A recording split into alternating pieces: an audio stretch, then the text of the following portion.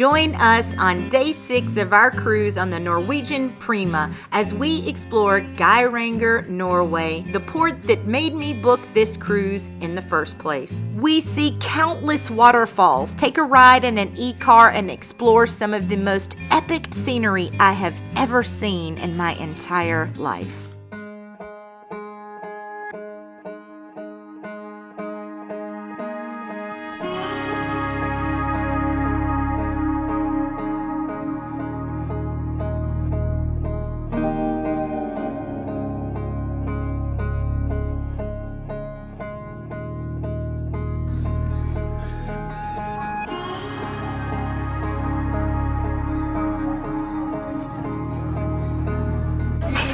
Coffee and bacon pastry, Friday and be happy. Good morning, right? We made sure we were up bright and early so I could get off the ship as soon as we docked in Geiranger. And after breakfast, we got to watch this specially designed floating pier moored to the ship. Because Geiranger Fjord is a narrow, steep-walled fjord and a protected UNESCO World Heritage Site, building a conventional fixed dock large enough for many big ships was not feasible. Only one large ship is allowed to dock here at a time. Everyone else has to tender in, and we on the Prima were lucky enough to just be able to walk directly into the port. It's day 6 and we're in Geiranger. This is the port that I've been looking forward to the most. This is the reason why I booked the cruise. The scenery is just breathtaking, and I believe this is the last year that Geiranger is going to allow cruise ships to come in until they get to zero emissions, which I think that's probably going to be a very long time, but who knows. So it's a little misty today, wet. It's cool, but not unbearable. The wind is not blowing hard right now, so I think it's going to be a great day. We got e-mobility cars to ride around in. You can book either 1 hour, 2 hour, or 3 hour tours. They are kind of preloaded with your route. So we have about 30 more minutes to wait until it's time to pick up those cars and start our tour. So I'm hoping that the mist and light rain clears up and that we will have a beautiful drive to enjoy these views and maybe do a little hiking later. But coming in through the fjords did not disappoint. It's going to be dark when we leave, so the couple of hours that we got to experience sailing in today will be the only fjord sailing I think that we will get to experience, because I didn't book an excursion sailing through the fjords. So we are just going to hike and see all the waterfalls and views that we can today, and I, as always, am going to take you guys along with us. Let's go. When we wake, hear the birds and see the sun. Side by side our fears are done. All the good times just begun.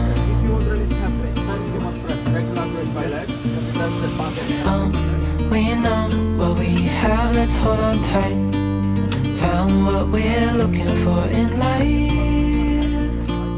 Call us crazy, but this is not exactly what I thought it was going to be. There's no sitting side by side. I am in the back, which I do not like. I'm having to give up a little bit of control, but I got a feeling the views are going to be epic and so worth it. even in the hard times, you and I can weather any storm. Before I sleep, hear the crickets, see the moon, side by side and through. No limit to what we can do. Oh, we know what we have, let's hold on tight. Found what we're looking for in life. Wow. Call us crazy, but things are finally right. With you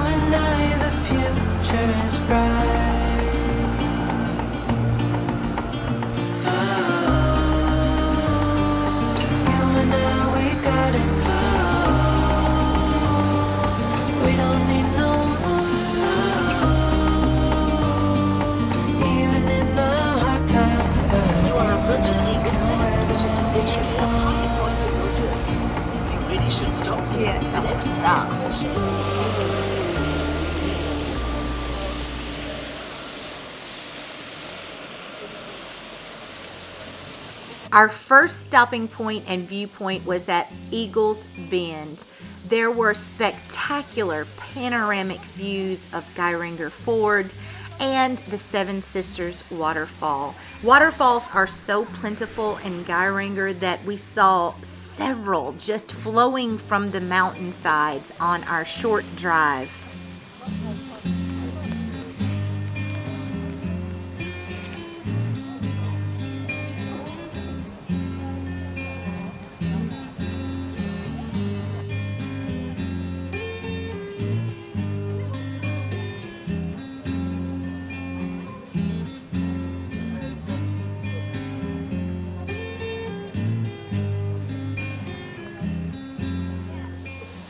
So this is the view that I've been waiting for. Look at that. You guys. I mean, it is raining a little bit and it's really misty and kind of overcast, you know, not the sunny, perfect views that you would think you would want, but it doesn't take away from the beauty of this place. And there are a few tourists here. There were a lot more when we pulled up, but it looks like most of the tourists have loaded back onto the buses. And so now, like, I have this whole end of this walkway to myself, and this one guy's bike is here and the guy's disappeared. So it's just me on this whole walkway, me and Shane. Pretty amazing, right? I'm so happy right now. So there are less than 300 people that live in the town of Geiranger, and they get over 1 million tourists each year.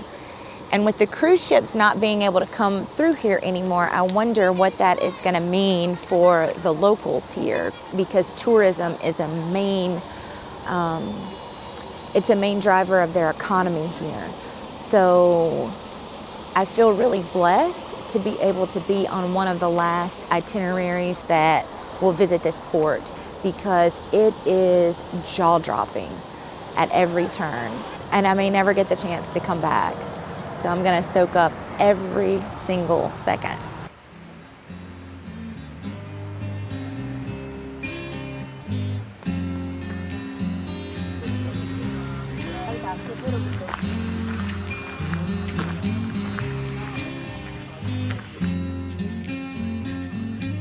So we walked up that little trail that I showed you at the first viewpoint like a minute and a half, and we got this private view of the Seven Sisters Waterfall. So I highly recommend, if you see that sign and that rocky hill and it looks like, oh my God, I don't want to do that, you do. It was less than 2 minutes up here for complete privacy and a gorgeous view.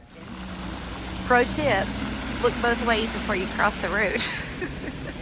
Or you might get run over by a car or a bus or an e-mobility car. Let's hop back into the cage.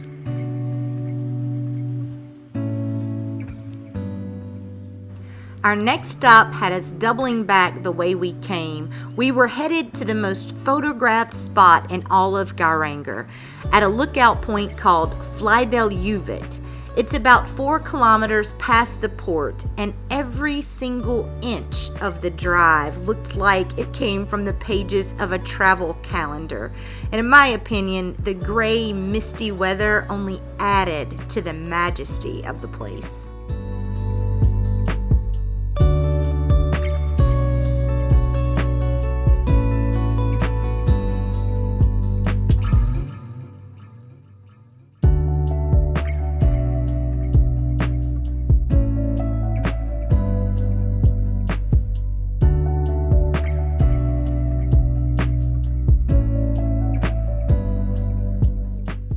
If you walk down to the lower plateau, there's a special installation called the Fjord seat that was unveiled in 2003 by Queen Sonja of Norway, and it is a perfect spot for photos. Just be careful because there are no guardrails in place in this viewing area, and it can be quite slippery, and there are some really steep drop-offs. So just be careful, especially if you have young children or any mobility issues.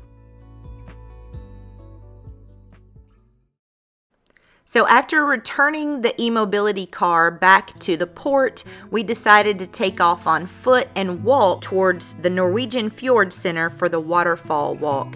And even though it was less than a kilometer to get to the top, it was still a steady uphill climb with lots of traffic on the windy road, so it did take us about 30 minutes. On our way, we stopped at the beautiful Geiranger church.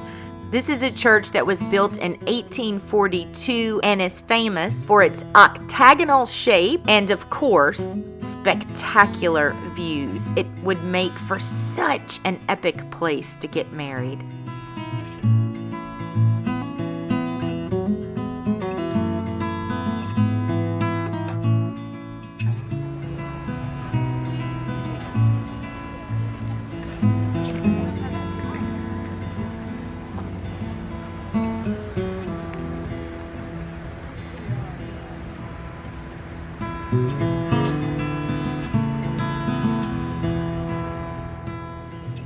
We continued our walk towards the waterfall walk. We chose to start at the top where the Norwegian Fjord Center is located, but you can also start at the bottom, which is closer to the port, at the Tourist Information Center. But either way, you have to climb or descend 326 steps, which is about 1 kilometer or a little bit over half a mile. But all along the way, no matter which way you walk, you are greeted by waterfall after waterfall.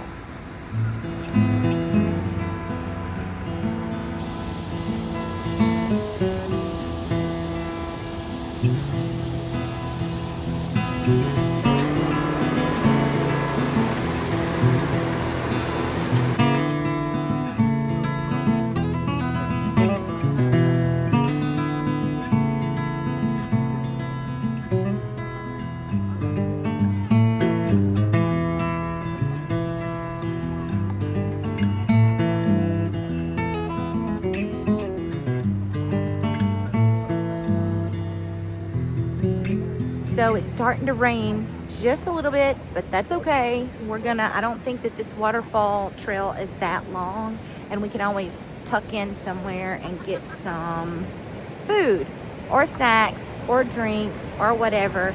But this whole trail is going to be absolutely stunning.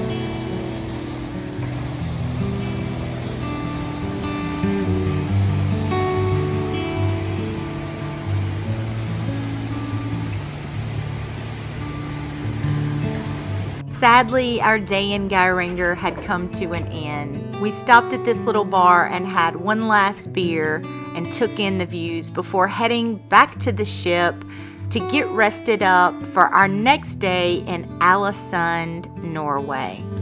If Geiranger has never been on your radar, I highly suggest putting it there before they stopped letting ships dock there in 2032 because it was simply the most beautiful port I have ever visited. Be sure you hit that like button, subscribe, and ring that notification bell because you won't want to miss all the fun activities we have planned for our next port, Alesund, Norway. And until next time, as always, happy cruising, everybody.